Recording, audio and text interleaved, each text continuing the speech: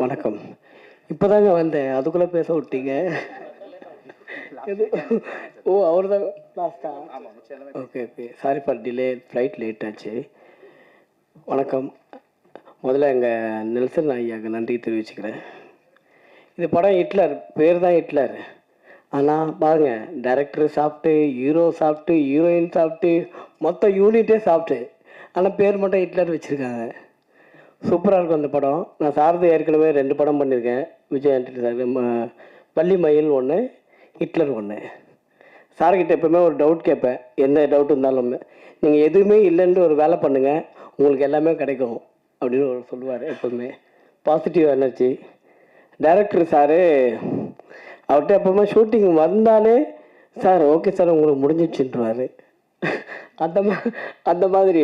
ஏன்னா நம்ம எடுக்கிறதே தெரியாது, அவ்வளோ ஈஸியாக நம்ம வேலை வாங்கி